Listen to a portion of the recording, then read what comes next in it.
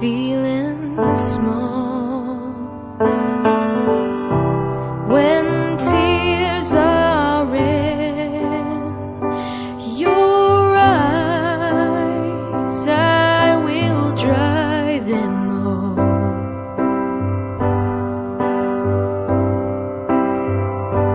I'm on your side. Oh, when times get rough and friends just can't be found, like a bridge over troubled water, I will lay me down like a bridge over troubled water. I will lay me down.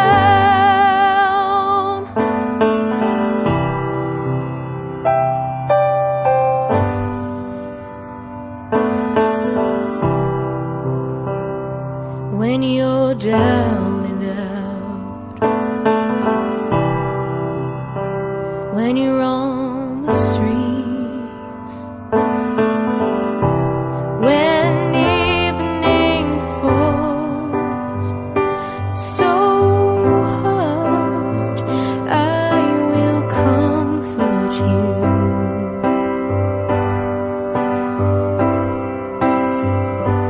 I'll take your part. Oh, when darkness comes and pain is all around, a bridge over troubled water, I will lay me down like a bridge over troubled water. I will lay me down.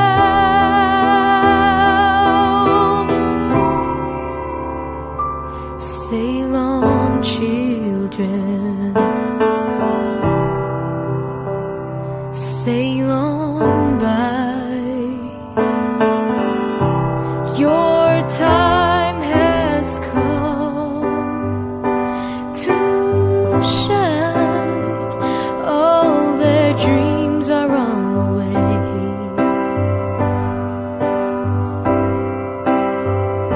See how they shine. Oh, if you need a friend,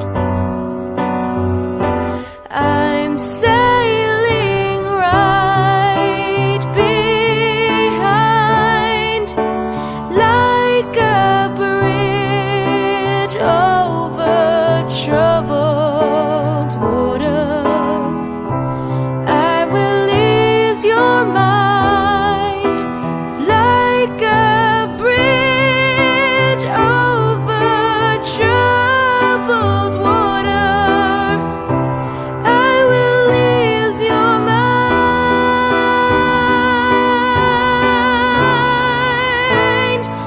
your mind.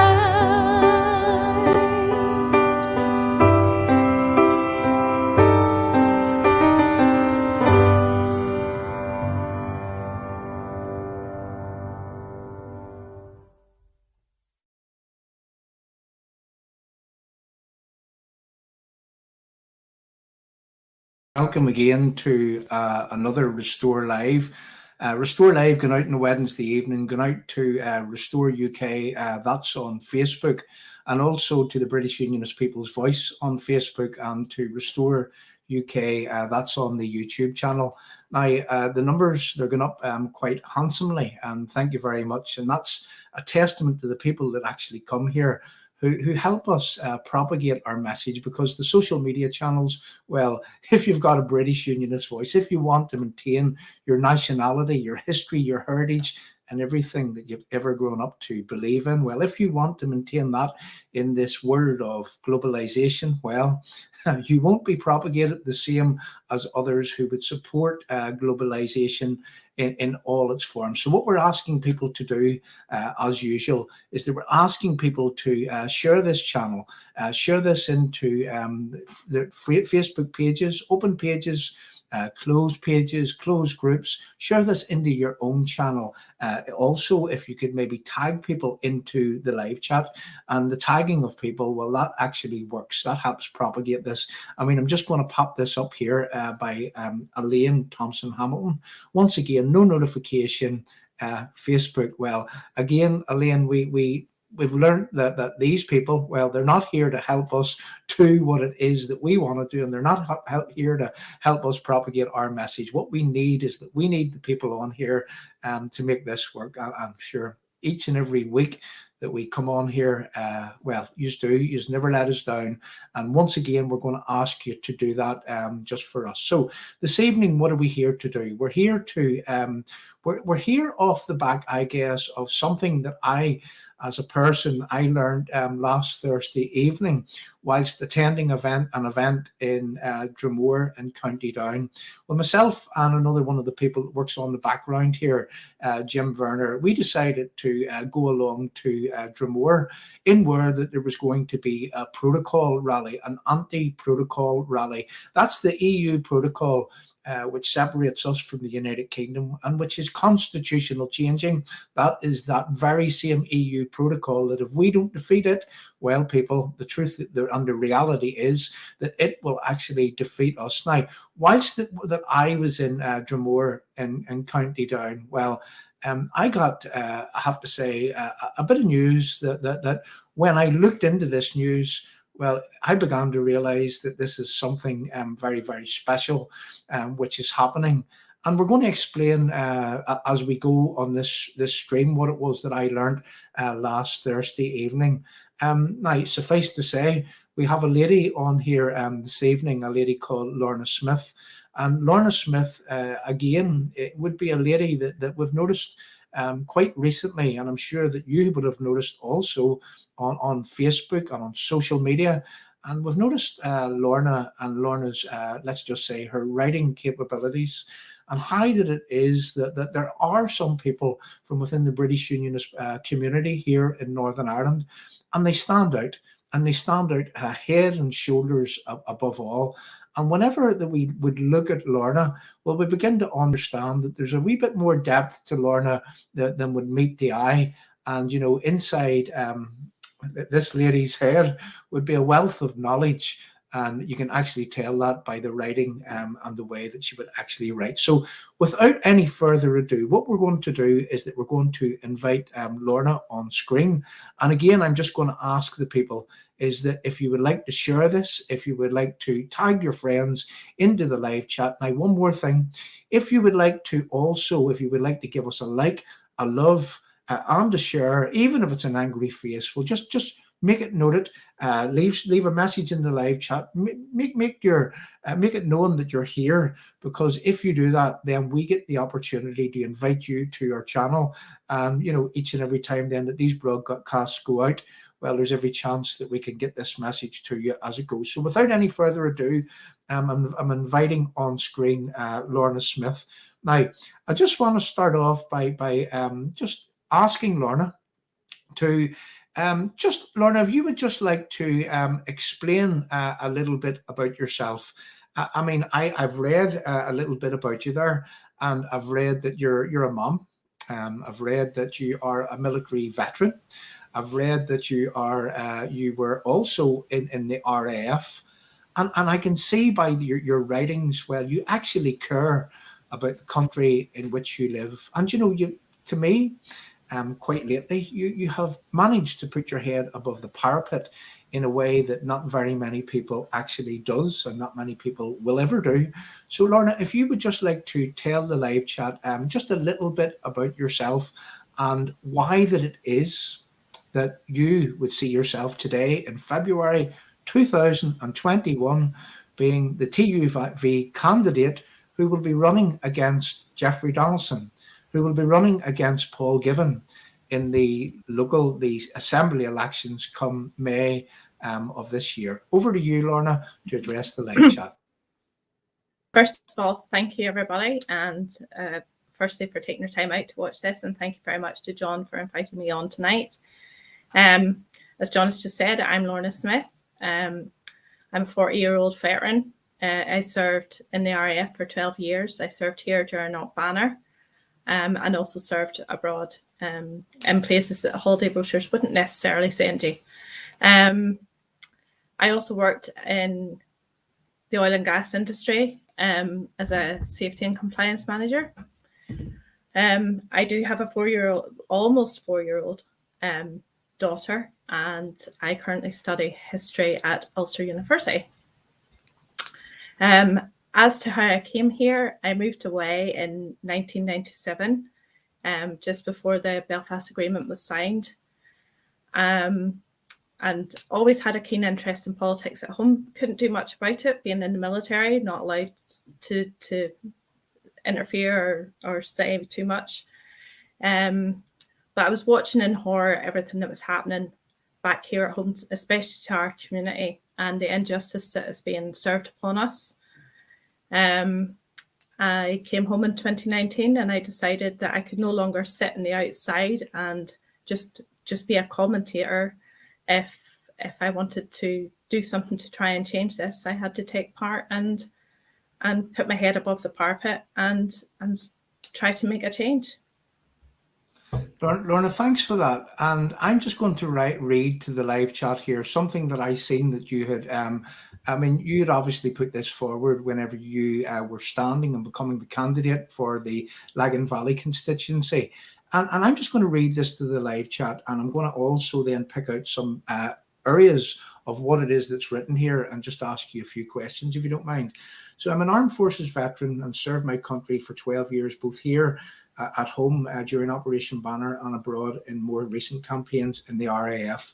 More recently, I worked in the aviation sector, which you'd said, in the oil and gas industry as a safety compliance manager in Scotland. On returning to Northern Ireland, I joined the TUV. It is the only party which shares my personal values and principles.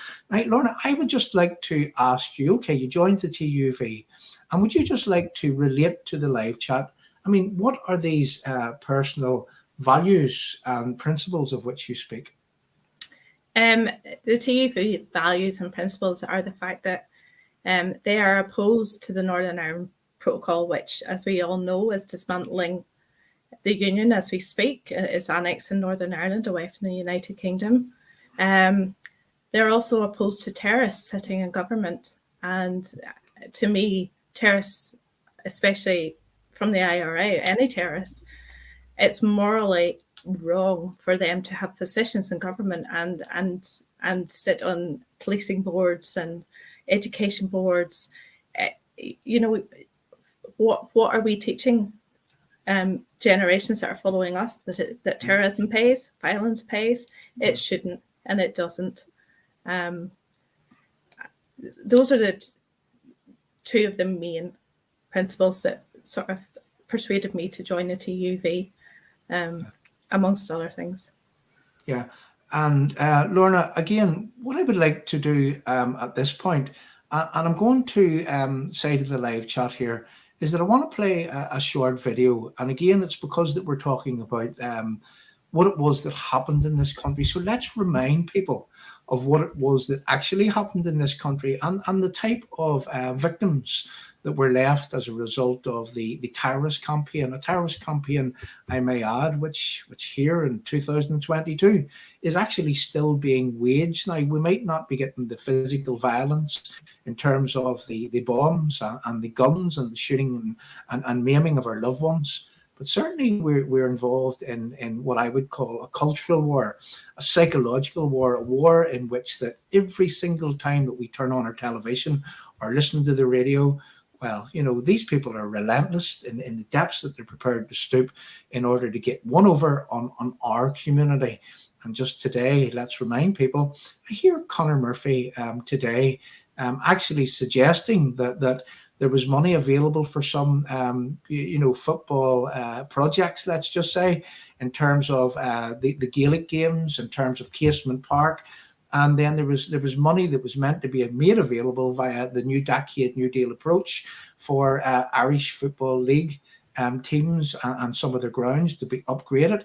And didn't we hear Conor Murphy actually say yesterday morning that Casement Park money is actually secured, but the rest of the football teams in the Irish League won't actually be getting their money. Now, I just ask the question, and this is me asking a real sincere question to this live chat before that we move on, is that, I mean, what is that? Is that like Conor Murphy winding people up? Is that Conor Murphy overstepping the mark? Is that Conor Murphy acting in a way which is unlawful? Now, there's a few questions. I happen to have my own thought processes on what Conor Murphy was actually doing, but just to suggest that his community would be getting money in terms of the money is secured for Casement Park, but the money isn't secured for the other Irish League football teams. And let's remember the genesis of all of this is that there were three games to be getting money through the money that was made available to Windsor Park, £29,000 made available to Windsor Park, £19,000 made available to Ulster Rugby. And here we have Casement Park. And they say that this new Casement Park stadium could cost upward of £140 million. And they're talking about, I think, that they had agreed already somewhere in the region of 75 million. Don't quote me over a pound or two. And now they're looking for the rest of the money to be stumped up via the executive. And meantime, whilst this GAA would be getting all of this money over and above, let's remember, Windsor Park and Ulster Rugby in terms of the Kingspan Stadium, they got 50 million between them. And here we have Casement Park being offered 75 million, and they're now looking at another 30 million on top, and plus expenses on beyond that. This is kind of unbelievable what is happening. And now, after getting all that money agreed, they're suggesting that there wouldn't be money available for the Irish League football teams. Well, I don't know whether it's criminality. I don't know whether it's corruption. Well, I'll leave that to your thoughts. But let's just play something and let's show you what it was that the organisation that Conor Murphy is involved in, well, what it is that their legacy is, and the type of things that they would have left in place and the type of things that they still continue to do. And no one tells it better than this man. And whenever we come back after showing this, Lorna, I just want to ask you a few questions on exactly what it is that you see in front of you. Robert being Robert, he was a person who liked to help people. He was a kind soul, and he decided he was going to leave Monsanto and go into the RUC. So Robert went off in 1972. And Robert trained in Enniskillen, then was stationed in Glenravel Street in North Belfast. Sadly for us, on the 15th, going into the 16th of July in 1972, I remember on a Sunday morning, I was lying, it was a sunny day, the sun was coming through the crack in the curtains, and my sister came into the room, and she went over to my big brother, Terry, who was sleeping in the other bed. And I heard her whispering in his ear, Terry, and she was crying. And I was 10. As soon as I heard the words, it's Robert, he's been shot. It was awful. And the tears flowed, and it was an emotional, absolute roller coaster and nightmare from then on. It was an incident was phoned in on a forecourt of a garage. There had been some sort of a break-in, or alarm had gone off, and they needed the police to visit. Now, if you think about that one thing on its own, those guys were going out not to visit any harm in anybody. They were going out to help people in a nationalist area. And Robert volunteered. He was off duty. He volunteered to get into that police car, and he was in the back seat. So they went to the place where the alleged incident had happened, and there was an ambush set up there. And when Robert's patrol car came past, they opened up, and Robert was sitting in the middle of the back seat, and he was shot. He went unconscious, and he didn't regain consciousness, and that was it. He passed away. As a 10-year-old in the town, I can remember shortly after the incident happened, we had to get extra security on our house because Some people took it upon themselves to come and shout obscenities. It wasn't easy for a 10-year-old to look at that and to, just get on with things. I suppose my life took a different direction at that time. But because of the way my mum was affected by Robert's murder, she wouldn't countenance me going to either of the schools like Dalriada or Coleraine-Enst, which meant a bus journey. She had already lost a son, and she was so fearful that she would potentially lose another. Those things have a huge impact. It changed the way our dynamic was, and certainly it changed my mum's life forever. She never got over it.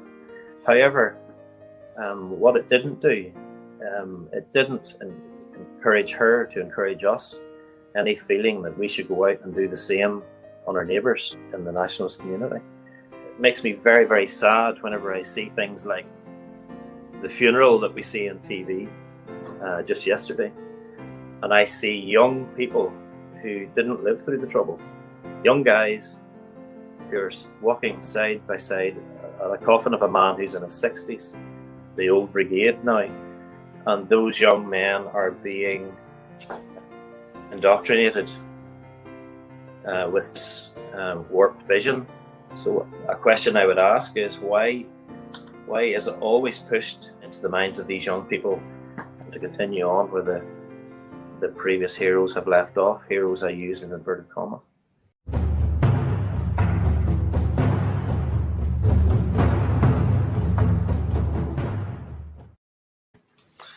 Okay, Lorna, so for me, looking at what it was that Shane just said there, I guess the most important point in what I just seen there was the fact that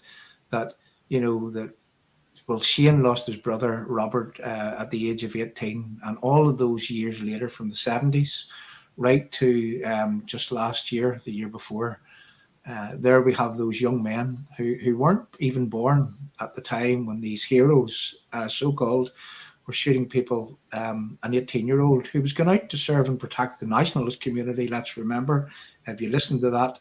And here we have these young people still being indoctrinated into this evil machine that has killed so many of our nearest and dearest down throughout the years. And, to Robert, that adds insult to his injury. Have you any commentary on what it was that you just seen there, Lorna? I agree with Shane. I also agree with yourself. I think it's appalling that these young kids, and that's all they are, these young kids have been brainwashed into believing that these men and women who went out to murder and cause death and destruction in their wake were heroes. They weren't heroes at all. It was a terrorist gang who just, you're nearly lost for words. I think we have to look at the reasons why Sinn Féin IRA have been successful in brainwashing these kids and indoctrinating them into this movement.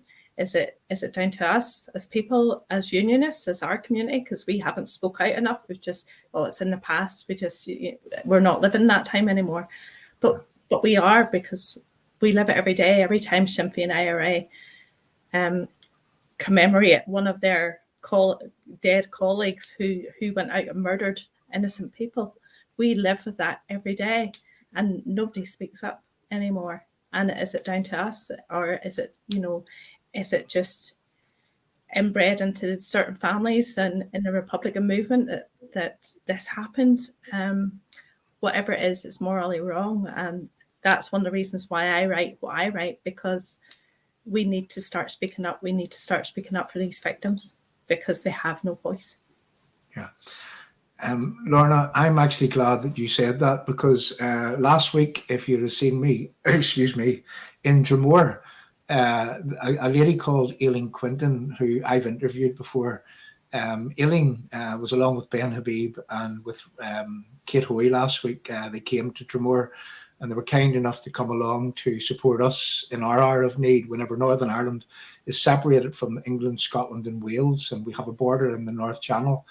And, you know, these people, they have been relentless in the efforts that they have used. And even Ben Abebe last week, you know, using his own money to help fund the case against the protocol. And as you've heard me at the start, where I said to Ben, look, I've got to thank you. And also I've got to thank Aileen Quinton for speaking up. And if you listen to what Aileen Quinton said last week, what did Aileen Quinton say? She said that, you know, they robbed me of my mother, and now they're robbing me of my democracy. And let's just remind people of how that it was that they actually robbed us. They robbed Aileen of not only her mother, but they robbed her of her democracy too. Now, this wasn't actually planned, but I know that I have a little clip here which will actually show people how that it is that they've managed to rob us all of our democracy and rob Aileen Quinton of not only her mother, but also of her democracy. Let's just listen to the reasons as to why this happened. What that border is going to look like. It would involve customs posts, it would involve people in uniform, and it may involve the need, for example, for cameras, physical infrastructure, possibly, you know, police presence or an army presence to back it up. The problem with that in the context of Irish politics and history is those things become targets. Exactly. If they attempt to put a recognisable border on the island of Ireland, I guarantee, in fact, I know that arrangements are already being made. There'll be violence again. Now, checks on the border would, I think, allow some people who are a small minority but who still want to carry on violence, would allow them the opportunity to attack border posts or border guards. The UK government says that it won't put up a border even if there isn't a deal. So the EU will insist on a border. We have to make sure that the interests of the European Union and of the internal market will be preserved. It'll be a hard border. They will put up checkpoints. They will eventually have to put police to protect customs officers. The police will need the protection of the British Army, and we're back to square one. It would be my judgment that if there was a hard Brexit and a border with physical structure, I would be very sure that the dissidents would be violently against it. Even violence could return if that border is put into place in some way. There is a fear, and I'd have to say that fear has grown more and more over the last few years. I mean, we know there's dissident activity. We know they've been recruiting. All of us built the Good Friday Agreement and a peace process that's now very robust. But Brexit threatens to sunder all of that. We do not want a guarded border. Keep history in mind. There is still women and men that are willing and capable of carrying out active armed resistance against the British state. We have the dissidents and other group who feed off these spectaculars, and there is no doubt that they will attack any type of installation along that border. In fact, I know that arrangements are already being made. There'll be violence again. Lorna, on saying to the people here on the live chat is that whenever I noticed that Mary Lou McDonald was speaking, I seen you shaking your head. Would you just like to tell me what it was that made you shake your head whenever you heard Mary Lou McDonald speaking? I think it's laughable that she was trying to support the Belfast Agreement and what she was saying. And yet they do not support the Belfast Agreement. They can't support the Belfast Agreement, although it does bring about what they want in the long term if it continues the way it's going alongside the protocol. But for that woman to stand up and pontificate about violence and everything else when she herself has said that every single murder that happened in Northern Ireland during the Troubles was justified, it just disgusts me. Yeah. And before you go, I have a little clip here of Mary Lou whenever she says that she will not let them be criminalised. And that's why she was speaking at a hunger striker march in Castlewellan in County Down just a few years ago, pre-COVID. And, you know, whenever you see that, who was she saying that she wouldn't let be criminalised? Well, she was talking about Francis Hughes and another man called McElwee. who both are child murderers, is the absolute truth of the matter.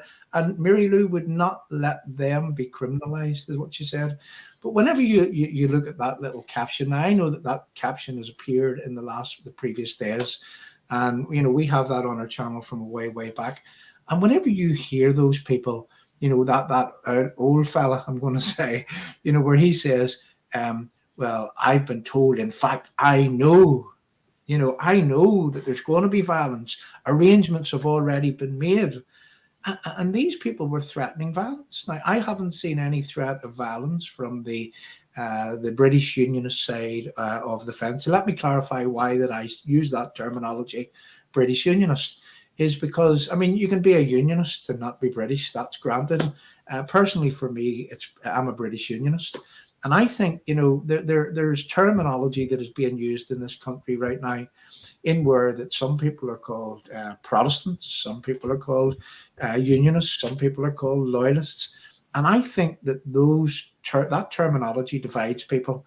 We need to focus on who that it is that we are and actually drive that into people. I say that you're either a British Unionist or you're a Unionist, and it's just as simple as that, because those divisional terms, if you listen to the mainstream media, it's the big bad loyalists which lump everybody into that equation. And unionism, mainstream political unionism, for all of my life, I'm 53 years of age now, and for ever long as I can remember, well, they are happy to have those divisional terms in place because, they like to be able to say, oh, it's nothing to do with us.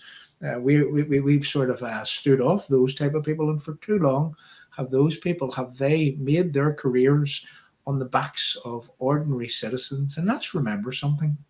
If it comes down to standing up for your country, if it comes down to protesting for your country, if it comes down to getting out and about in order to try to save your country, well, the likelihood is that most of the people that would actually be standing up for the country would come from places like, I'm going to say, the Portadowns of this world and the estates, the Shankill roads of this world, the Newtonards roads of this world, the Newtonards of this world. They don't come from, affluent areas. They don't really, is the truth of the matter. So, I like to just be able to say is that we're all the same. We're all Unionists. And, a lot of people are British Unionists and British Unionists to the core. So there we have it. There's the reason why we have a constitutional changing protocol in place, because that some people, Boris Johnson, the Conservative government, they bought into the fact that if they didn't permit the appeasement of the Sinn Féin IRA and of the terrorists, well, then if they didn't permit that, they didn't want to have to go back to putting the soldiers back into Northern Ireland and causing problems within this so-called peace process. Now, on that peace process, on that Belfast Agreement, I just want to be able to ask you a question, Lorna, and this is for the purpose of the live chat. The Belfast Agreement, the Good Friday Agreement, which is known to others, does it work for you, Lorna? No, the Belfast Agreement is an appeasement process. It's not a peace process. It is surely for the benefit of Sinn Féin IRA. And we see that working every day. So we do. And the fact that they're hounding our veterans, they're hounding our RUC to their deaths. And yet they sit quite comfortably in their government positions, getting well paid, dictating who can be, who can do what, when, where, and why. And that is part of the Belfast Agreement. It should never have been agreed to in my eyes. And I doubt that very many people that did vote for it at the time would vote for it now, knowing now what they know. Yeah. And would you be anti-peace by saying that, Lorna? No, I'm not anti-peace at all. And it maybe came across as that way. I am not anti-peace, but peace can't be bought at the price that we're paying. Yeah. And our community has paid the ultimate price. and still are and still will until somebody stands up and says no more. Yeah. And just to clarify to the live chat, whenever Lorna would be speaking there, I mean, I can think that whilst these terrorists, whilst they have immunity from prosecution, whilst they have the Queen's pardon lists and so on and so forth, well, you know, why is it that our veterans who stood and protected, who gave themselves to stand and protect, often being fired upon, why is it that they're being persecuted and prosecuted in their old age? And especially whenever it is the terrorists who is winding these prosecutions up. What I want to do is that I want to just now play something else.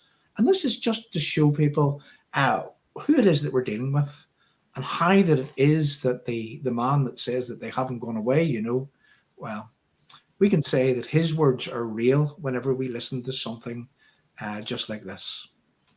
We have taken a lot of big initiatives and a lot of big moves in the last couple of years.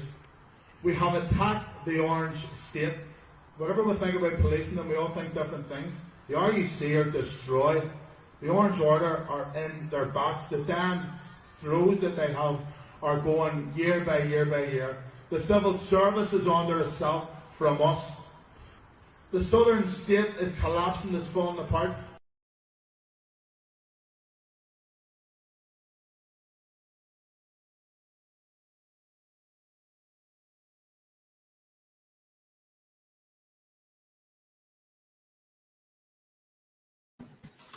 So we've taken a lot of big initiatives, you know. There's it from the horse's mouth what it is that they've been involved in. And who remembers them using the office in Stormont to actually gain access to records, and what they were doing was that they were still, they were participating in, let's say, they were participating in things that would have likely to have been used to terrorists. I mean, is that the type of thing that peacemakers would do? You know, the Belfast Agreement, it was a disguise. It was built for appeasement, swindle and lies. The peace is a farce. The IRA guns are still there. And the reality is that London is afraid of another bomb scare, and London is afraid to take these people on. And I'm going to say, and this is me getting back to Lorna, this is me getting back to the TUV, this is me getting back to where it is that Lorna is actually standing and who that it is that Lorna is actually going to be standing against. Well, you see, for too long, have our own politicians turned a blind eye to this. For too long, have those that we have elected, well, they promise us the earth, the moon and the stars. And then when they get elected, using the words of Carson from just over 100 years ago, that we as people, the electorate, are puppets. We were humble rungs in a ladder which help these people each and every time climb into power. And once in power, they kick away the ladder with no concern for us. And this is why that we need new blood in politics. This is why that we need a party of the people, just ordinary people like Lorna that has never been involved in politics before, who wants to stand up for the right things.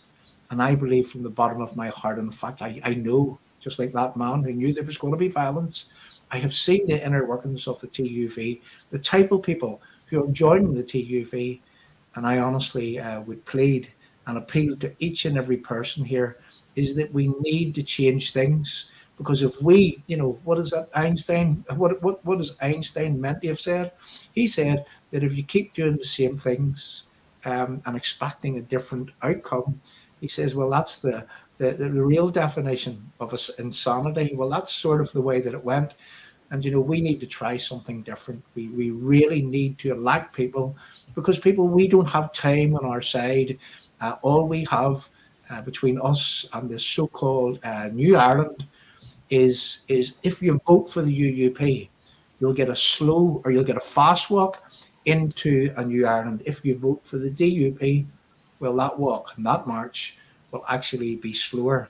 So it's really down to yourself. If you love this country, if you want to stand up for this country, if you want to serve and protect the legacy that would be left to the children, you know, what you do need to do is you need to get out and you need to actually change your voting patterns, and you need to encourage each and every one to vote in a way that would return new people you people, in order that we have a fighting chance of turning this entire situation around. Lorna, what I want now to do is I want now to go on reading from what it was that I was reading, just to pick up on who that it is that Lorna Smyth is. So just to go on, so you had said here that they also are the only party that have consistently fought against the protocol, which seeks to annex us from the rest of the United Kingdom. The TUV is the only party which takes a stand against Sinn Féin all the time, not just in the lead up to an election. You say you go on to say that you're a single mother to a young daughter, and you're currently studying an undergraduate degree at Ulster University.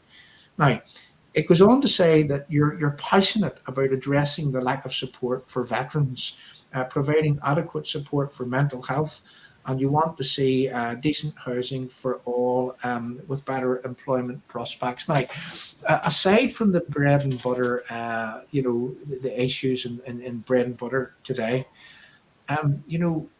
we have to deal with the root cause. This is my honest belief. We have to deal with the main cause of the problems in our country, and the main cause is that we have a terrorist organization, a criminal gang, effectively, in charge of our government. And if we don't bring those people to heel, if we don't draw a line, if we don't stand and say, look, this is where we are, this is the line, and it won't be crossed by us, and unless you people get a reality check, well, this is over, this is finished, and it really, really needs to be done. So would you like to just tell me your thoughts on how that it is that the TUV should proceed, would proceed after the election, if they actually manage to return people in numbers to Stormont? I mean, what's one of the first things that you would want to stand tall against, Lorna? I think first and foremost our main aim, I suppose there's two for the TUV, first and foremost, and that is to continue fighting against the protocol to get rid of it. We need to get rid of the protocol. There's no ifs or buts about it. It's damaging to every person in Northern Ireland. Doesn't matter whether you're orange or green. It's damaging to both sides of the community, and there's no dressing that up. There's no putting sprinkles on it or anything else. Secondly, the TUV would be looking and would stand against Sinn Féin. We're looking to get them out of government. They shouldn't be in government at all, given their background, given their history, and given the fact that they are still ruled by the IRA, Army Council.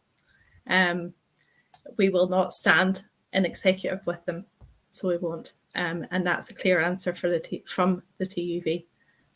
We're not going to do a Jeffrey Donaldson. We're not going to do a Donald Beattie. We are firm in that stance.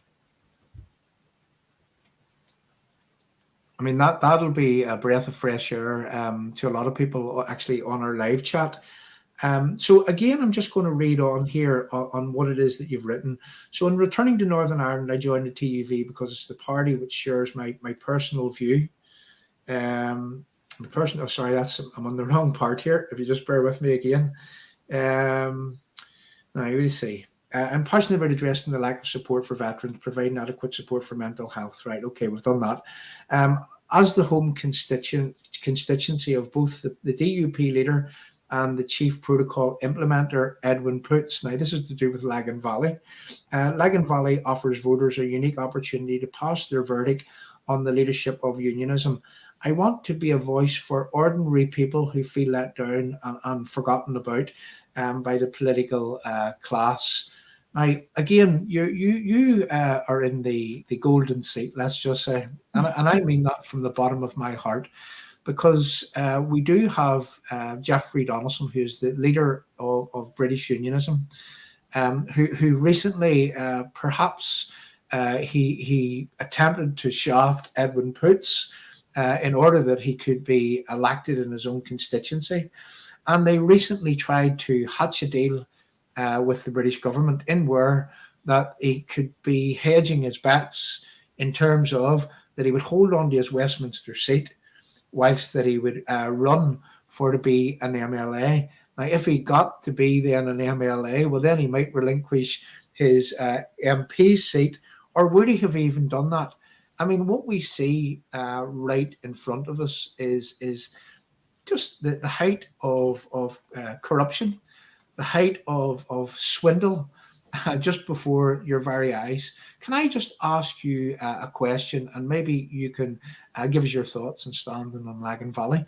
But, you know, as a politician, would you ever do that? Would you ever hedge your bets in terms of, is that if you were an MP and you wanted to be an MLA, would you try to persuade the British government that you could be both? Do you think that double jobbing is possible? Do you think that it's ethical? Do you think it's moral?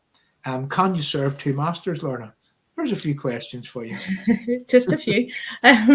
No, you definitely can't serve two masters, and you can't be in two places at once. And I have no doubt that should Jeffrey Donaldson be successful in Lagan Valley, he will co-opt somebody else. You will not get Jeffrey Donaldson. You will get somebody else that he puts there, and that could be Edwin Poots. It could be Jonathan Buckley. Who knows? But you won't be getting Jeffrey Donaldson. It's morally wrong, and you're there to serve your people and your community. You're not there to serve yourself. Yeah, absolutely. Well, again, that's a good, fresh, and straightforward answer. And really, what we need in politics is that we need people just like yourself who's prepared to answer the question in a straightforward fashion with no spin, swindle, or fudge attached. So again, I'm just going through here, and you've just got to excuse me because whenever I close this down, it turns off and I have to look for where it was. So I want to be the voice for ordinary people who feel let down and forgotten about by the political class. Quite apart from the serious constitutional issues which will be key in this election, Lagan Valley has seen a running down of essential services. Many local police stations have been lost to the Lagan Valley. Hospital has been hollowed out, and to the point where it's a little more than a health centre. Promised developments such as John Lewis have never been delivered, and town centres have been neglected for many years, have gone into even more serious decline because of the pandemic. A fresh face bringing new thinking. I offer people the opportunity to shake things up in May's election. So what I'm about to do, there's a lady there called Muriel Brush who's on your screen here. And I've also noticed, just like yourself, Lorna, is that Muriel is capable of stringing a few words together. I mean, I've seen some of the things that Muriel has actually written, and I honestly believe that it's, you know, let's just put it like this, and we're talking to the live chat here. Now, you're doing very, very well, I have to say, right? But this is probably your first time doing something like this here. And, you know, and I have to say, you know, you only get better. This is the truth. Your practice makes perfect, and it's not that you need practice because you're doing very, very well.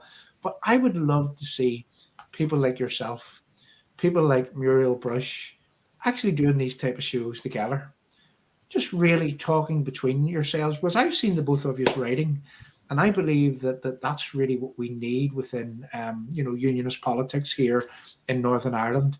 We need people that have traditional values. We need people that are going to call a spade a spade. We need people who are not, who I mean, you are prepared to stand up against the things which other politicians are not prepared to stand up against. And let me explain to you why I think that this happens. You know, let's say you take the DUP, you take the UUP, the DUP specifically, the DUP leadership. I mean, how many times have anyone on the live chat seen that there has been an issue, notwithstanding that there's an election in place, of course, because they will stand up against issues coming up the elections. But how many times in the run-of-the-mill politics, whenever elections is over, have you seen that something has happened that you're really wanting to scream about it, and your politicians, they don't seem to be doing anything about it? And there's a reason for that, is that once that, say, for example, that the DUP, or even if it were the UUP, but you don't get this from the UUP, but if they go to stand up against something, well, we have the activists from within the mainstream media who jump on them, who make a meal out of it, who make it a very, very uncomfortable ride for them, and then they don't want to stand up against things again in the future. And we've seen that time and time and time again. But this is why that I think that we need ladies' voices, just like yourself, just like Muriel Brush there, to be doing these type of things, even together, and to be comparing notes, and and to be creating that fresh voice, which is really needed for within British unionism. So, number one, I want to thank you for being that voice that I've seen that within your writings. I want to thank the likes of Muriel, who is willing to be anywhere, anytime, any place to protest against anything, and is a very, very capable writer, let's just say.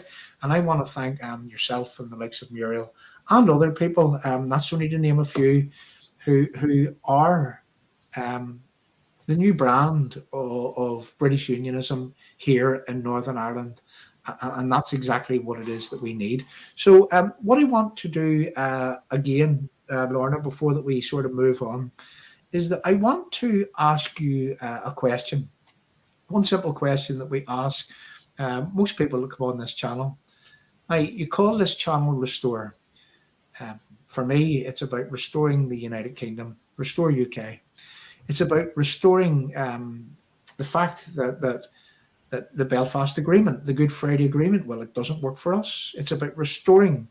The only thing that British unionism got out of that agreement was the principle of consent. And then when we need it to work for us, well, we have learned that it doesn't actually work for us. In other words, it wasn't worth the paper that it was written on. So what we need to do is that we need to, again, this is me thinking myself, is that we need to restore integrity right across the body politic here in Northern Ireland.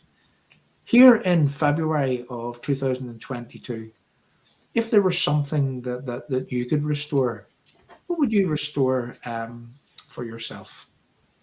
I think for the sake of our community, we need to restore trust in politicians, and perhaps the only way of doing that is by changing the way we vote. We also need to restore our community to its rightful place. We shouldn't be ashamed of who we are and what we stand for, and we shouldn't be made to feel ashamed of that. We shouldn't be kneeling at the feet of terrorists. We should be calling everything out as and how we see it. They have no qualms about doing that with us, whether rightfully or wrongfully they do it. It's not about time that we did that. We need to restore faith in ourselves. Yeah, definitely. Now, we're coming to the end of what it is that we're here to do, and there's just one more subject that I want to discuss with you, and I just really want to get your thoughts on it before that we sort of close and I move off to do something else. I'll be going on for another half hour or whatever, whenever this finishes. But, we spoke earlier on about what's happening in Queen's University right now, in terms of right from the 1994 period going forward. All we have heard, all that has been drilled into us, is about this togetherness, about reaching out into the other community, was the words of Bill Clinton, in order to make amends for the bitterness and the hatred of the past. Embracing the peace, trying to build a peace, as Jeffrey Donaldson would have said last week, making peace with his enemies, I may add, that don't want to make peace with him. We've seen that throughout. And there were some of us, and I'm going to go on talking about this whenever that we finish here, Lorna, but there's some of us who have argued about this Irish Language Act or Irish Language Commissioner, to which the DUP had conceded to. And we were warning that this is a Republican nation building strategy. And I often say, what part of what they are telling you do you not understand? Because you only have to go and read what it is that they want to do. Is that in Shana Walsh's own words? Shana Walsh was a dirty protester, an extremist. And I'm going to say a nutjob extremist, because Shana Walsh, let's remember, was a man who was part of designing a strategy which would take the excrement from his backside and say that he had no other weapon, only his stuff that he takes out of his body, to spread around a cell in which he lived in, and to live in that filth with flies flying around. And he said, this is his words, I kid you not, he said that that was the only weapon that I had to fight the British. So this is the type of extremist that would write such a strategy in its current form and would say that he wanted to learn from the experiences in the Basque Country, and he wanted to retake the Irish language, and they wanted to use the Irish language to green Northern Ireland street by street. That's what he said. And here we see what we've been warning the DUP of ever since the days in 2018, early 2019, whenever they were going to sign up to this Irish Language Act, and the people of Northern Ireland turned against them, and they soon backtracked. But it didn't take them too long before they edged towards this new decade, New Deal approach, in where that they permitted an Irish language commissioner. And as I say to people here on the screen, and I say to yourself, who remembers the Parades Commissioner? How did that turn out for British unionism? You know, I rest my case, but we look into Queen's, and now we see the fruits of that labour in which we were speaking about, in which we were warning about on the run-up to New Decade, New Deal. And the DUP can't wash their hands off this, because that they have been told, and they have been told again what part of what they're looking to do you not actually understand. And I'm encouraging everyone to stay. I'm encouraging everyone to watch this screen, because we're about to unfold and show you things that took place in private in 2019 between ourselves and the DUP, pretty much warning them of certain issues. Lorna, we see in Queen's University right now that they're going to attempt to segregate the university in a way that this togetherness that they were banging on about for the last 20 odd years, well, seemingly it doesn't matter when it comes down to giving the Irish language fraternity from within the university exactly what they want. I mean, would you just like to give me some thoughts on what it is that you see that is happening? Is that the way to build peace? Is that the way to build a togetherness? Is that the way to create reconciliation in this country? No, it creates further divisiveness. I couldn't say the word. I apologise. Between everybody, and it's horrendous. It's creating an apartheid almost. Unionists will not be welcome in those halls of residence. And why would any unionist child, teenager want to attend a university where they are not welcome? It doesn't just stop at creating dorms for Irish-speaking students. It's increasing the signs being put around the university, and we just, to let it happen for the DUP to let it happen, for the UUP to think, oh, it's okay, it won't come to much. This is dangerous territory. For unionist parties to concede to this, they need to figure out how they're going to sell it to the unionist people on the doorstep, because at the end of the day, this affects my daughter, it affects your kids, your granddaughter, grandsons in future years, because if they can't speak Irish, are they going to get a job? And that's the way things are going, and that's the way New Decade, New Deal, New Approach was set out with this Irish commissioner that's being brought in. It just can't go ahead. It shouldn't go ahead. It's crazy. Yeah, most definitely. And as you say, it will affect your children and your children's children. And you do see it happening where they're pushing this in left, right, and centre. And it seems to be, and I'm going to explain things like a pendulum, is that the pendulum, it swings from left to right. It never stops in the middle. And it never stops at that place of accommodation in where that everyone is taken into consideration. And just in a small question to finish off, Lorna, I mean, is Queen's, in your opinion, is it a cold house for unionists at the minute? I think Queen's has been a cold house for unionism for a long time. It's been Is it being noticed more? Perhaps it's being noticed more and recognised more, but there's nothing being done about it. I can also say from my own experiences at Ulster University that is heading in exactly the same way, and it's a scary place to be. Where, you know, they talk about the brain drain in Northern Ireland. I would put the brain drain from unionism and the unionist community down to the fact of they're not welcome in these institutions. Yeah. And if you've been watching our stream over the past few weeks, you'll probably notice why. And when we dug into the reality as to why that this is actually happening, but, you know, even more to the point is that why have our successive British Unionist leaders, why have they let this happen? I mean, the DUP are the largest party in Northern Ireland, and previously the UUP may have been exactly the same. And here we are finding ourselves in 2022 in where that these people have been asleep at the wheel and permitting all of this to come into place.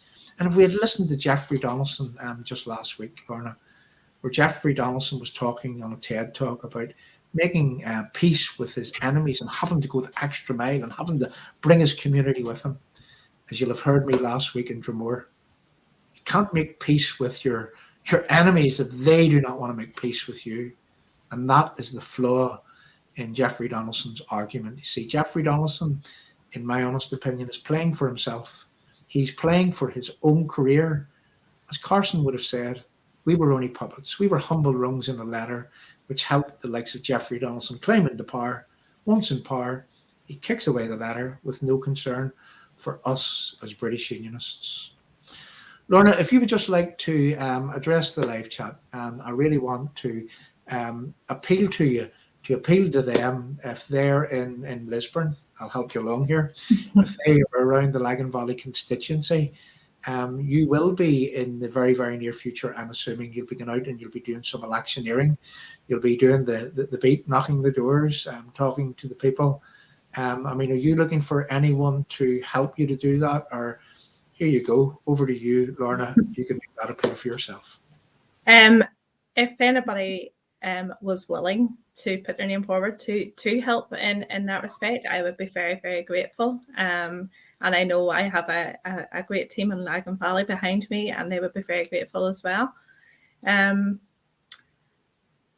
All I would ask people is to search their conscience. What is it that you want for yourselves and your daughters, your sons, your grandchildren, generations to follow? What is it you want? Do you want a Northern Ireland for the next 100 years plus? If you want that, the DUP is not the way to go. The UUP is definitely not the way to go. Give the TUV the chance that they need to show you that they can and will change things for the better for our community. Yeah, and I would like to just add to that, and thank you very much, Lorna. But I would like to pledge our support here at Restore UK for Lorna Smyth as the candidate for the Lagan Valley constituency. And the reason being is that if you'll have watched our screen over the past few weeks, well, I have shown you that we have a man, Jeffrey Donaldson, who really doesn't care about us, who only cares for himself, who well, they say that he can't serve 2 masters. What about trying to serve 8 masters or 10 masters or however many masters that the man serves? Let's just give you a list of a short list of who that we can see that he works for, what that he does. And I say, does he have time to serve and protect British unionism? You know, this is a man who is an MP. This is a man who's on the Queen's Privy Council. This is a man who was a peace envoy to Cameroon, but is a trade envoy now to Cameroon. This is a man who was a peace envoy to Egypt, who now is a trade envoy to Egypt. I wonder, does that one still stand? This is a man who is director at the Centre for Democracy and Peace in North Belfast. This is a man who had other jobs beyond that. And I'm just going to say is that there's quite a bit of things going on in Jeffrey Donaldson's life. And one wonders if British unionism, well, we only see him at election times. Let's face it, we don't see him at any other time. We hear him popping up from time to time, making the odd political statement. And this is exactly why that we are the way that we are. Because, well, Jeffrey, and some of his friends, they prefer to put themselves in position as opposed to securing Northern Ireland's future within the United Kingdom for another 100 years. So yes, Lorna, I thank you first and foremost for coming on here. Look, honestly speaking, you came across as a breath of fresh air. And the only way to make this better for me, for you, for everyone else is that practice makes perfect. That's the truth. The more that you do this here. So let's get a lot of promotional videos out, Lorna, for you. We'll pledge to come to you to help you to talk about issues, just small sound bites. And there you go. You have our support for helping you do that there. And also you'll see us walking the streets of Lagan Valley, some of the people here in the background in the very, very near future, just really appealing to the electorate of Lagan Valley. Well, are we going to be, like Einstein would have said, do we want to continue to do the same thing and expect a different outcome? Or do we want to do something different and anticipate the outcome in which that we have actually pushed and chosen and elected into place? Well, I would rather see someone like Lorna Smyth standing in Lagan Valley and taking Lagan Valley than Jeffrey Donaldson, because for too long have those self-servers served themselves and literally trampled on the blood and the memories of those that would have given their lives here in Northern Ireland in order to serve and protect the people and to protect Northern Ireland's place from within the United Kingdom. Lorna, thank you very much for coming along, and what can I say? But vote Lorna Smyth if we want an end to the corruption. Well, this is the likes of the lady here that's sitting in front of us that would help put an end to that corruption. Lorna, thanks very much for coming along, and look, we'll see you again in the very, very near future. Thank you very much. Thank you. Bottom of my heart, I do take my hat off to you. Thank you. Thank you. So there you go. That was Lorna Smyth. That is the TUV candidate for the up-and-coming election in Lagan Valley. The lady that is actually going to take on Jeffrey Donaldson. Now, Lorna may have come across as a timid little lady here, but what you got to remember is that, you've got to start somewhere, is the truth of the matter, but you just have to actually look at what it is that Lorna writes. And Lorna would be writing in the language which you like, which I like, the type of language which is needed here in Northern Ireland. And, again, she's got a very, very good pedigree in terms of, she's an army veteran. She was involved in the RAF. And, look, I'm encouraging people to go and search her out on social media land and just to have a look at the long pieces that she has written. And you cannot write those pieces unless they're coming from the heart. And there you go. I mean, that is a lady who actually cares. And it's a privilege to have had her here on the Restore channel. So look, what I want to do here at this position is that I just want to play something. And then I want to come back and let's just remind someone. Now, I know that this little song that I'm going to play whilst I set up to come back and talk about the Irish language is that I know that I want to play this little song, and I know that it will say that the protocol is 12 months old on this, because this is what we done in December. I'm picking from an old song. Well, the sentiment is still the same, but the protocol, well, we are now in month 14 of this constitutional changing EU protocol, a protocol which Jeffrey Donaldson, a protocol which the DUP have actually done absolutely nothing about. So stay with us, people. We're coming back to talk about the aggression that is the war that is being waged on our culture, in terms of the cultural war which is being waged and which has the weapons which was given to the Irish language fraternity, to Republicans, by the DUP in New Decade, New Deal approach.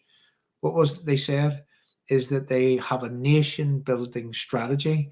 And we said that the DUP, when they agreed that this commissioner, a commissioner with powers, I may add, we said to the DUP, well, what you've done is you've just given these people the means to which they're going to destabilise Northern Ireland. And just this week, well, we see it happening in Queen's University. So we're going to come back and we're going to talk about it some more just after this song.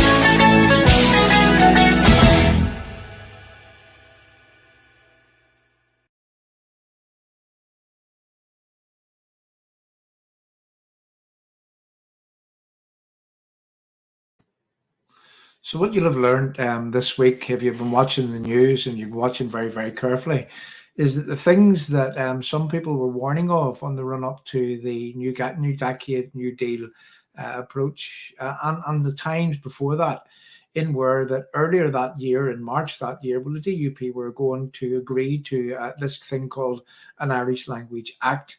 And then, you know, come the new decade, New Deal. Well, they did actually promise the electorate that they wouldn't actually sign up to this Irish Language Act per se.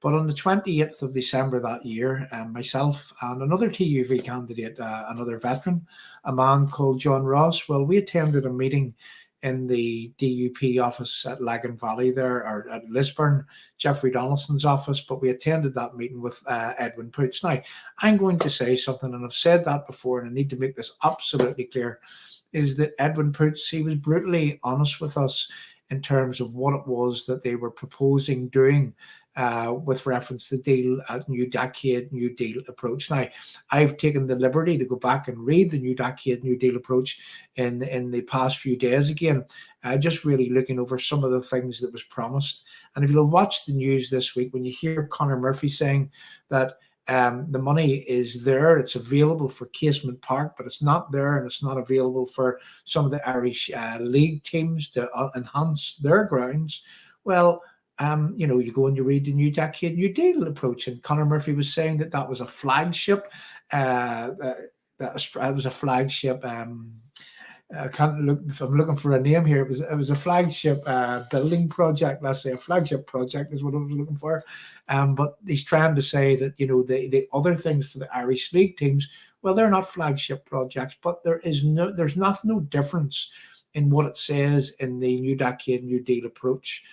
With reference to the money for the GAA or the money for the other Irish league teams. So Conor Murphy was actually either telling lies, or he was going to try to break the law, break what it was that was in the guidelines. Why is nobody holding him to account? Why is no one saying that these people are corrupt? Why is no one actually pointing out from the media that he says that the money's available for the GAA, but the money's not available for the rest of the Irish league teams. And let's remember, as I said earlier, is that Ulster Rugby, they got 19 million.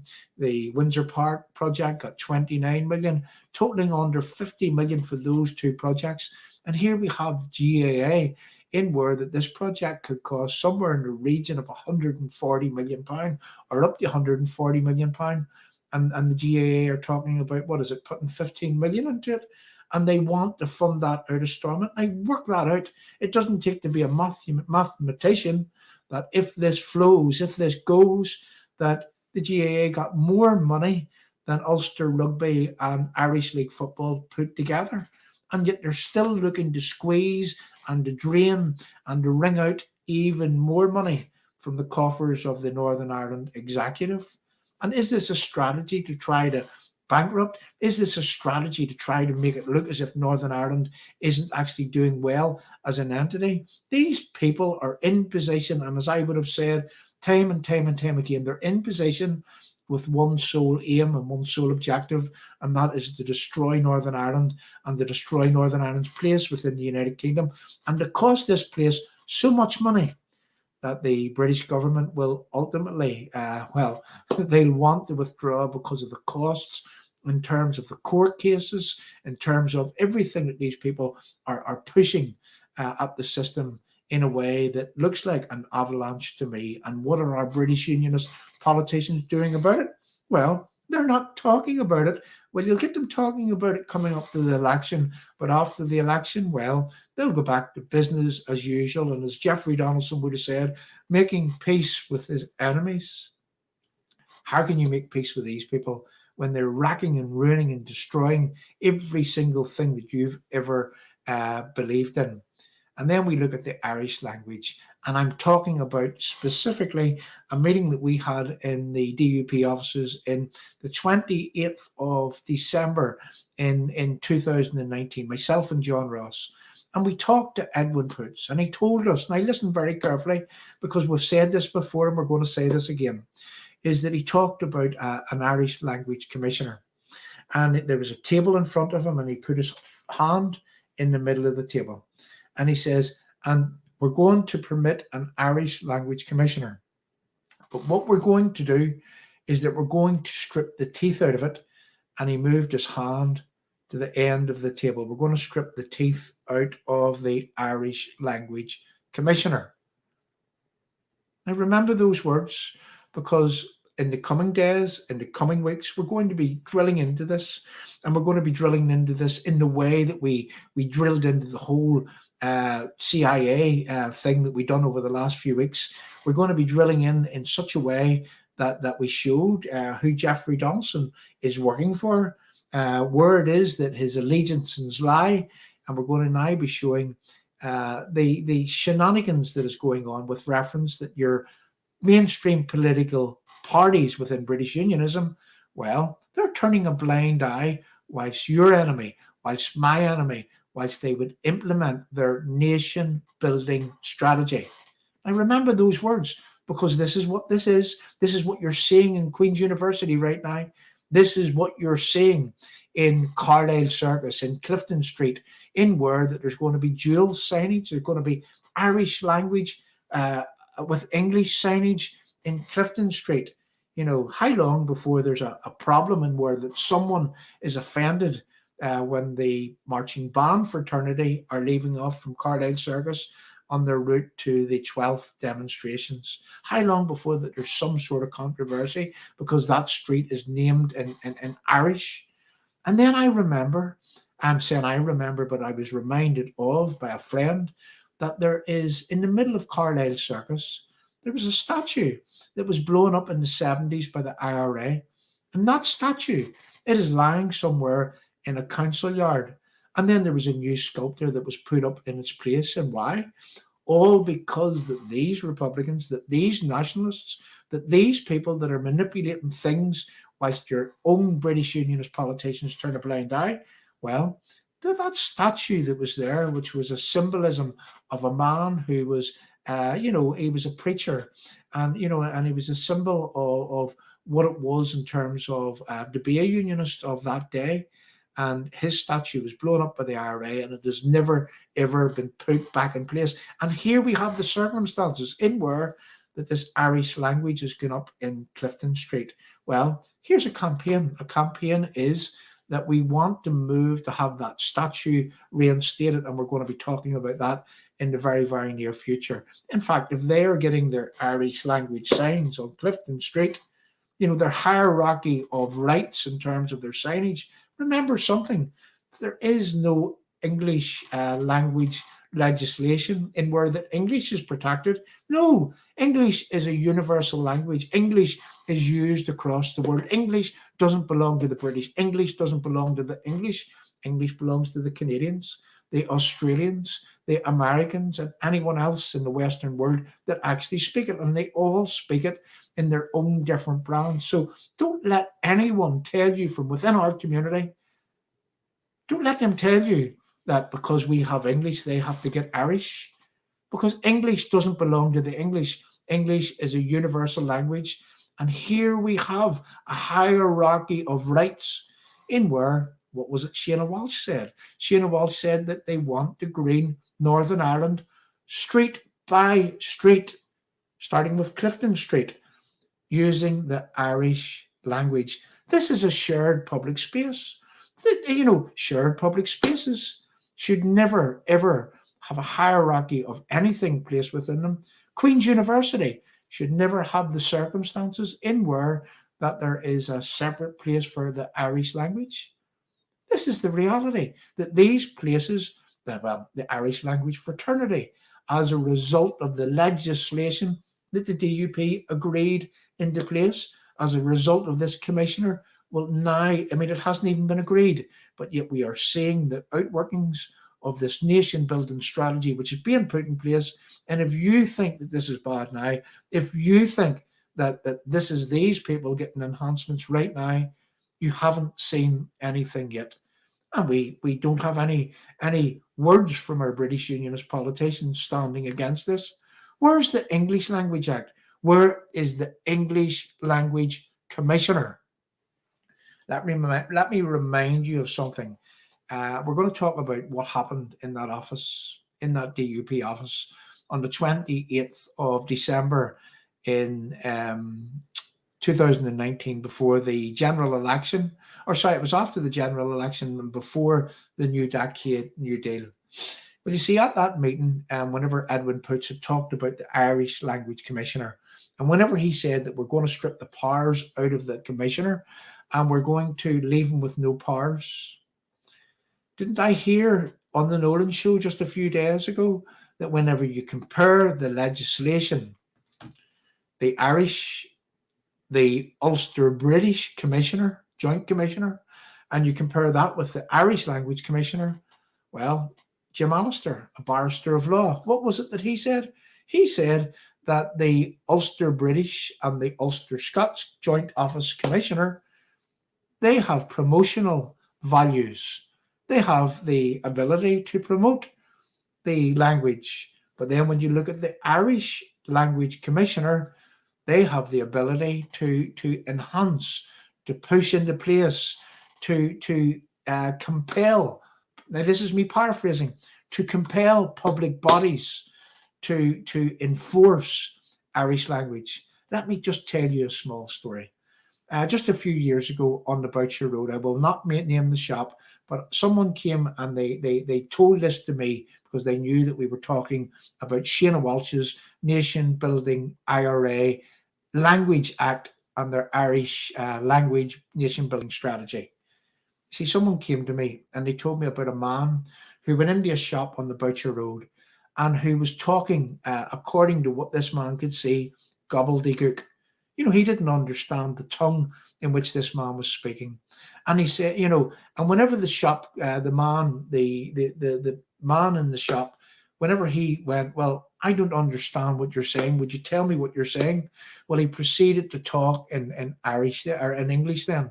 And he said, I demand to be corresponded to in Irish. Then he went on to speak the gobbledygook again because the man in the shop, the assistant, didn't understand it.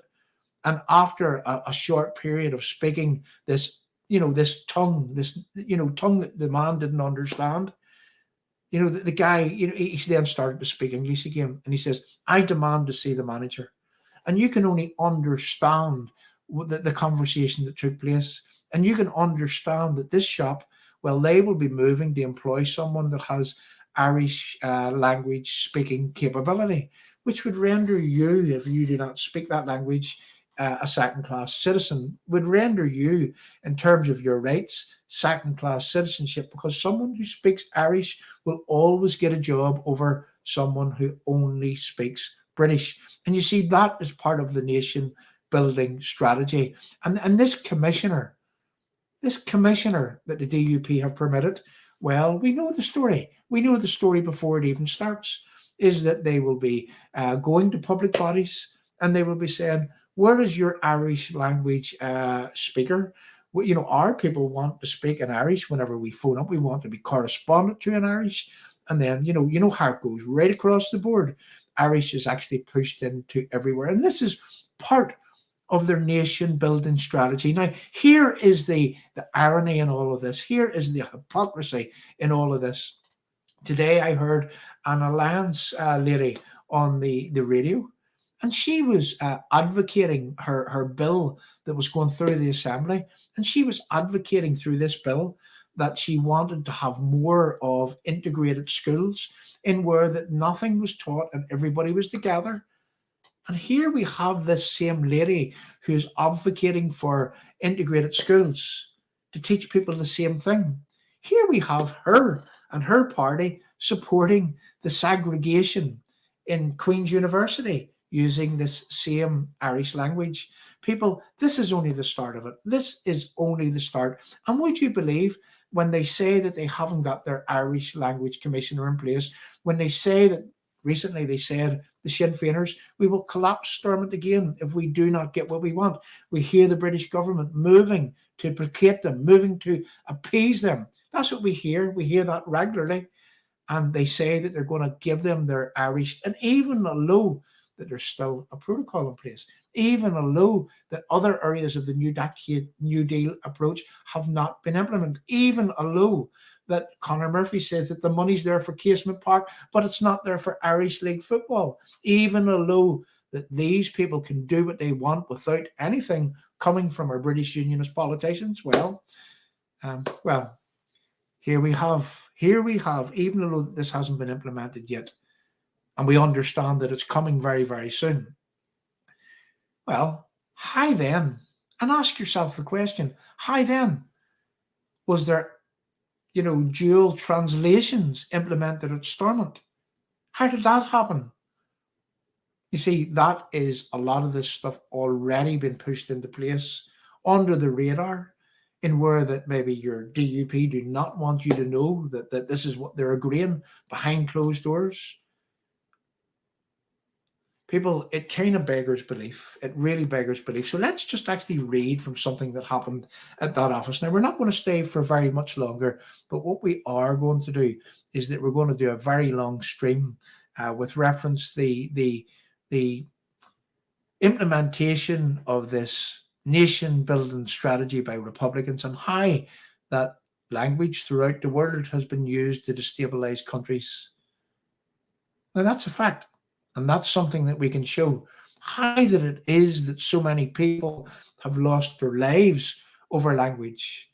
And another question, why that it is that whilst we are being separated from the United Kingdom, whilst that, say, for example, the Union Jack or the Union flag would have been taken down from the Belfast City Hall, how then are we going to end up in the position whereby that throughout Belfast, throughout Northern Ireland, that throughout all of these shared spaces, that this Irish is going to be placed alongside English, having the hierarchy of rights over English? How did that ever happen? Now, let me just read you from something that, whilst at the meeting with Edwin Poots, he asked us to submit a paper to the talks, which we did. You might have heard this before. And let me just explain part of that paper which we had given to Edwin Poots. Now, this was a draft of a paper which was never followed up on, because they just went ahead and they implemented the New Decade New Deal anyway, over the heads of British Unionists, and having swindled your vote, having conned you for your vote in December, the DUP, what did they do? Well, they pressed ahead and they done what they wanted to do. In other words, we've got your vote. We don't care about you. You're no use to us once we get your vote. Remember that at this time of election. Remember that. And I'm sure that there are a lot of people that will remember that and will continue to remember that till the day that they die. We're sick, sore, and tired of our politicians stealing our vote, swindling our vote, conning us for our vote. And then they go on and they do exactly what you do want them to do, what I do want them to do, and they do contrary to that which was promised. So let me explain to you something in which that I had written, and this was I'm going to say the draft copy of the paper that was to be submitted to the talks, in order that we could try to achieve something. Now, we believe this is our claim, and we had a man that actually came to me prior to that, and he talked about Ulster English. He talked about mid-Ulster English. He gave me a paper from a professor explaining all about the Ulster English history, which was right across the mid-Ulster. And, it showed me how the professors and everything else were involved in this. And, and we approached a couple of people with this Ulster English. So this is something that I put into this submission, this paper that Edwin Poots was to take forward and to use to try to get some stuff from within the New Decade New Deal approach talks. Now, here we go. I'm going to read from something. Further to our meeting on Monday, please find an outline of our proposals to be placed on your shopping list and included in negotiations going forward. This list may appear ambitious, but it's no more ambitious than the request being made by Republicans. Now, this is very, very, you've got to listen to this and listen very carefully, because this was in the news just last week. I believe we need to be prudent to demand an English Language Act with a commissioner, full office capabilities, and funded as a means to counter Republican nation-building strategy. In other words, They won't and they never will have a hierarchy of rights that they so desperately desire. I'll say that again. I submit it to Edwin Pooch to be submitted to the talks, to the DUP, to the talks team, that they need to negotiate for an English Language Act. Now, failing that the Act didn't come, which they say that it didn't, they only permitted a commissioner. You see, what we then needed was we needed an English Language Commissioner. Now, was that English Language Commissioner rebranded a British Ulster Commissioner or an Ulster British Commissioner? Perhaps. But the reality is that the reason for that commissioner being put in place was the fact that we needed to counter the Shana Walshes of this world. We needed to counter the nation building strategy. We needed to ensure that, as I told you, the likes of the shop on the Boucher Road, in where that someone went into that shop and said, I demand to be corresponded to in Irish. Would you see, if that an English Language Commissioner with recognition for the English language had been put in place, you see, that shopkeeper or that assistant could have said to that Irish language speaker, well, I would prefer that you correspond to me in English. Thank you very much. And that was the situation diffused, because you see, there was no hierarchy of rights for any language. Now, have the DUP, and this is going to come out, have the DUP been asleep at the wheel when negotiating New Decade, New Deal? And I would like to maybe talk to Jim Allister about this, because I heard Jim Allister talking about this last week when he said that, as a barrister of law, looking at the legislation, he said that the Irish Language Commissioner has teeth. Do you remember the teeth that Edwin Pooch was meant to be stripping out? The Irish Language Commissioner has teeth. And the Ulster British and the Ulster Scots Commissioner are all but promotional. They just have promotional capabilities. Who negotiated this? Why did they negotiate this? Why did they permit the circumstances in where that the Irish language would have a hierarchy of rights? Why did they permit the circumstances for this to happen whenever they were told in the document that we would have submitted by saying that I believe we needed to be prudent to demand an English Language Act with a commissioner, full office capabilities, and funded as a means to counter the Republican nation building strategy. In other words, they won't and they never will have that hierarchy of rights that they so desperately desire. Now, there's your DUP for you. That's why we need new politicians. That's why we need a new batch of politicians in place, people who are willing to stand up for you, people who are willing to stand up for me, people who are willing to ensure that there's a balance within society, people who are willing to ensure that these destabilizing Republicans who are out to destroy Northern Ireland's place within the United Kingdom, well, we need new politicians in place to ensure that these people are never permitted to run roughshod over Northern Ireland's place within the United Kingdom ever again. So I just thought that I would try to explain that to you. And I hope that you understood, because what we're going to do is that we're going to break it down into easy, understandable language. We're going to show how what it is that these people's strategy actually is, what it is that they want to do with their strategy, and how that it is some people that are meant to be representing us have actually agreed to these dual language signs, that actually have agreed to the sign going up in Carlisle Circus in Clifton Street, which is this going to create another warring front for the marching band and loyal order fraternity? Is this what's going to happen? Why isn't it that English has rights? Why isn't it that there's an English Language Commissioner? Why isn't it that there is a situation or mechanisms in place in where that they come to a business, they come to a unionist business, they come to somebody that calls themselves a British unionist, which they come and they say, well, we demand to be corresponded to in Irish. Why can't that person say, well, it is my right under the English Language Act, having an English Language Commissioner, it is my right to say to you, well, no thank you. I would rather be corresponded to in English. Thank you very much. Be on your way. This is how your British Unionist politicians, DUP namely, UUP, who would agree to anything.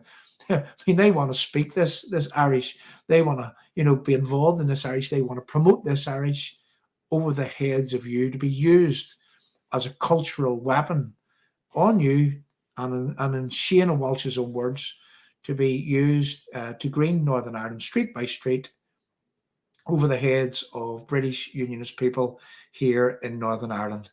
Now, there's people on our live chat here. There's, some of the flag protesters. There's wee Billy and Anne. I'm just looking for some of their comments here as I go, because I've seen them earlier. But there's people who goes down and stands at the Belfast City Hall day in, day out, week in, week out, Saturday after Saturday after Saturday, and they have done for the last 9 years, protesting at the fact that the Union flag has been removed from the Belfast City Hall. How does it make those people feel that whilst you're not allowed to be British in your own land, whilst you're not allowed to fly the flag of your country in your own land, your politicians are agreeing to permitting the Irish language to be swamping and sweeping this land at a scale that has never been recognised before? So you're not allowed to be British in your own land. You will have no enhancement for your Britishness. You might be able to celebrate the odd thing, but certainly you'll not be permitted by this conglomerate of minorities. How do those people feel that have stood for 9 years trying to ensure that that flag would be placed back up again? How do they feel whenever they are treated as second-class citizens, as if that they are dirt on the shoe of the establishment and of the politicians who have permitted this to happen? This is why we need new politicians, people. This is most definitely why that we need new politicians. So we're coming to a close of what it is that we're here to do.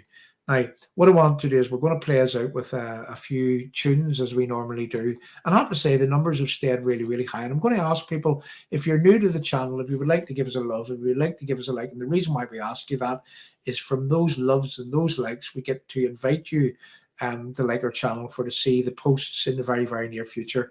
Wasn't Lorna a breath of fresh air? And I'm encouraging people to go back and look at Lorna Smyth, look her up. Look on the TUV website. Look at some of the things that Lorna is writing against and standing up against.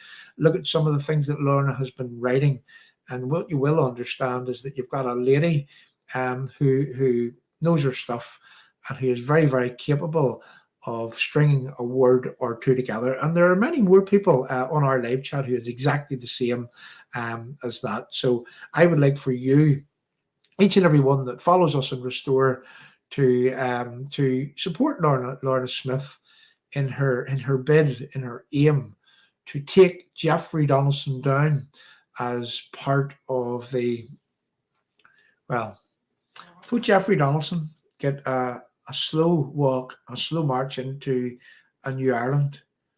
Vote for Lorna Smyth and have a fighting chance of fighting back and turning the thing around, turning the tide around. The Belfast Agreement, it was a disguise. It was built for appeasement, swindle and lies. The peace is a farce, the IRA guns are still there, and London is afraid of another bomb scare. And we need to create the circumstances in where that either the principle of consent works for British Unionists or it doesn't. And it's as simple as that. It's either principle of consent or the Belfast Agreement has to be scrapped, and there has to be something better, something more equitable, something that works for everyone actually put in place. That's the way it has to be. And I wouldn't trust the DUP to be the negotiators. I wouldn't trust them to be the negotiators negotiating me a new deal with anyone. After what I've just shown you, we showed them, people. We showed them. I have it in writing where I have it in an email to Edwin Poots that he needs to be prudent and he needs to ask for an English language commissioner. He needs to have a rights-based approach to English language in order that Irish is never given a hierarchy of rights over the English language. English doesn't belong to the English. It doesn't belong to the British. So anything, anywhere where you see that Irish language in place, that is a hierarchy of rights being put in place. And you remember that. You got nothing, they got an enhancement, and the DUP claimed victory, and the UUP supported. That's how it goes. So here's what we'd like to do, people. Look, there's a wee PayPal link on the screen. If you can support us, if you would like to support our work, if you can pop a few pounds into the PayPal, well, it will actually help us. And we've one more announcement before we go. One more announcement. So again, I appeal to people, if you can support us, if you can click on that PayPal link, it's in the live chat, and if you can put a few pounds into your channel, well, that money is used, and the people that come here on a regular basis actually understand and know that you've made us very, very capable of standing up for and on your behalf. And if you want us to continue to do that, well, some things cost money, and the burdens can't be placed on the people that are here. And I have to say, we've been very, very overwhelmed by the amount of people that does on a continuous basis put money into our channel to make Restore UK the channel of the people that it actually is. So what we hope to do over the next lot of weeks is that we hope to talk to various politicians who are standing for election. And I'm going to announce something here. So Good Friday, at what point is Good Friday this year? Bear with me, we'll just quickly do a Google, and we're thinking on the hop here. Good Friday 2022. Which date does it come in? We're just looking here on Google. So Good Friday on 2022 is the 15th of April this year. Okay, so the 15th of April. Now mark that date in your calendar, people. Mark that date in your calendar. And I'm asking you to do that there. So the 15th of April this year, in 2022, we at Restore are going to be going to Stormont yet again. We're going to be going on the anniversary of the Belfast Good Friday Agreement.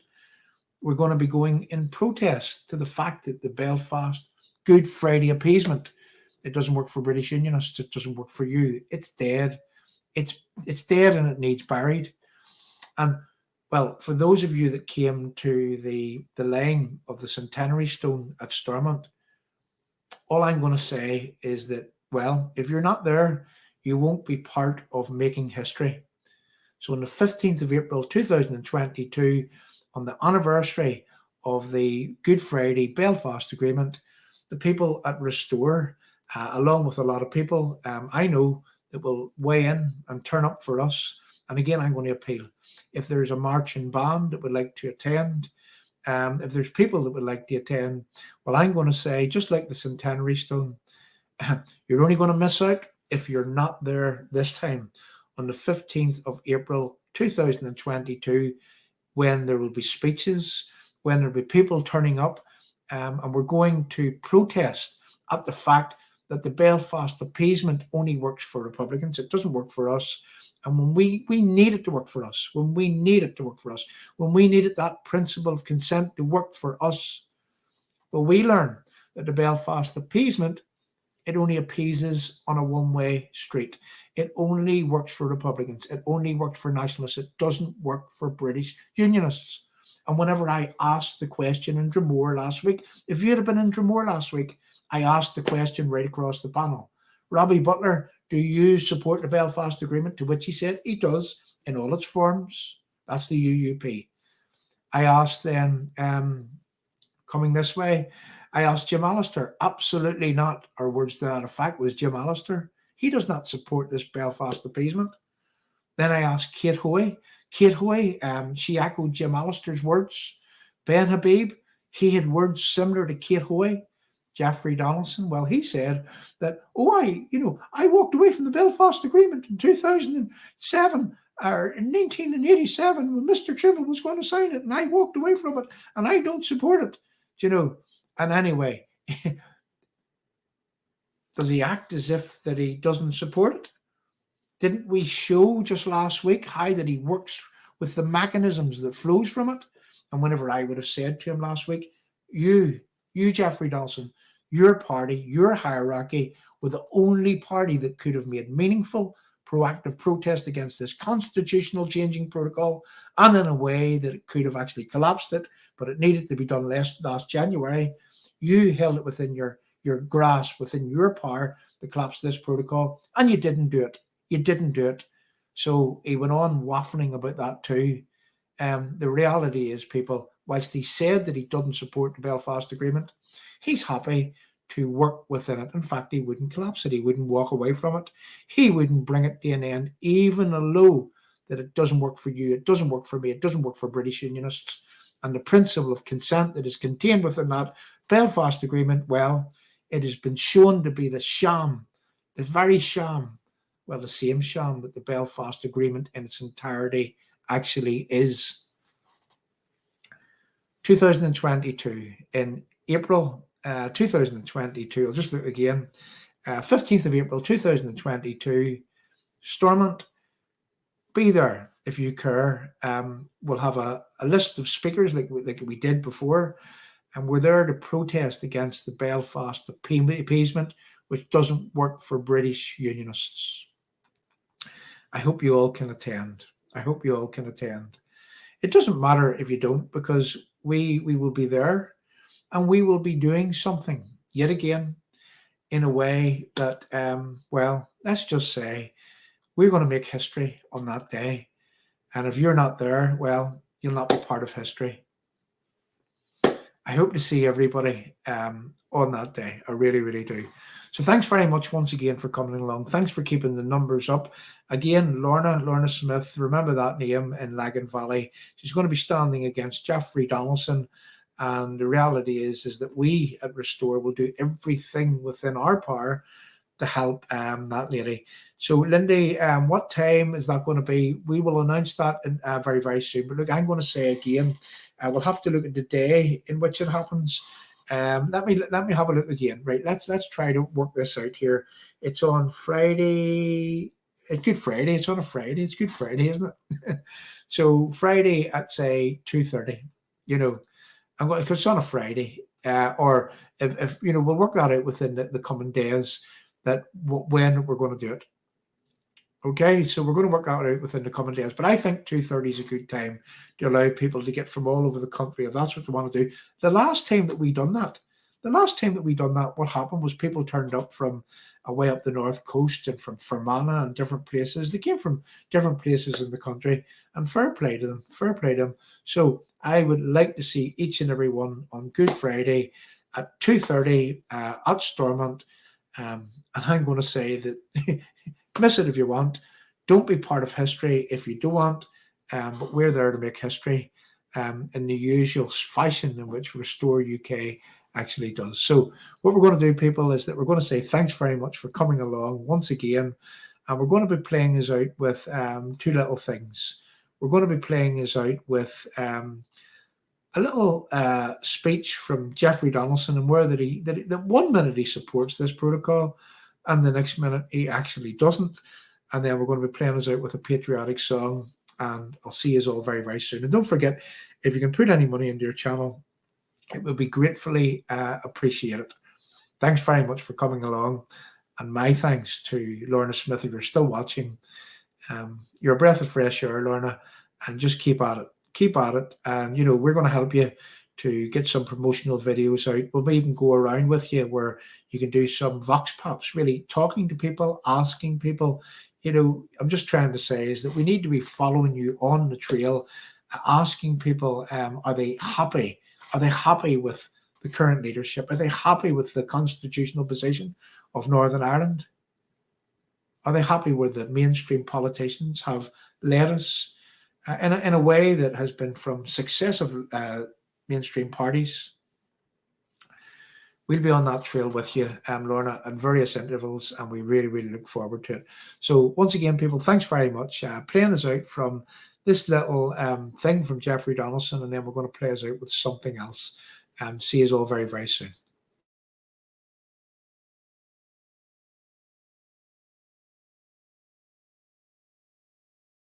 Well, in the end, customs checks doesn't mean that you change the constitutional status of a part of the United Kingdom. That's not going to happen. Already we're seeing the political parties and business leaders coming together to see how we actually exploit the opportunities that may arise from this situation, not only to ensure we have full access to the UK market, but we've also got access to the EU market. I looked outside. What did I see? A little bird. He looked at me. I lured him close. With a piece of bread. And then I smashed. His little head. The moral of the story is. You want some head. You need some bread.